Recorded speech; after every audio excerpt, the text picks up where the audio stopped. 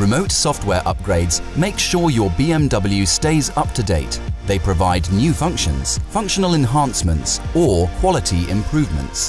When a remote software upgrade is available, you get a notification on your smartphone or in your car.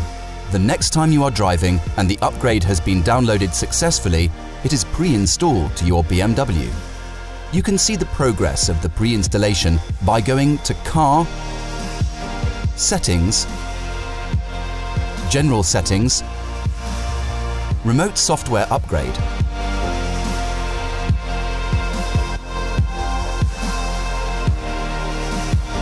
After stopping the engine, the system will ask you to perform the remote software upgrade.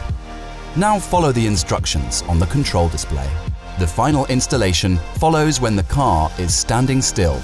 To prepare the vehicle, safely park your car before starting the upgrade process, since the vehicle cannot be used for around 20 minutes during the procedure. The upgrade will start automatically if all the requirements have been met. You can leave and lock the vehicle during the upgrade. Continue watching our how-to series to get the most out of your BMW.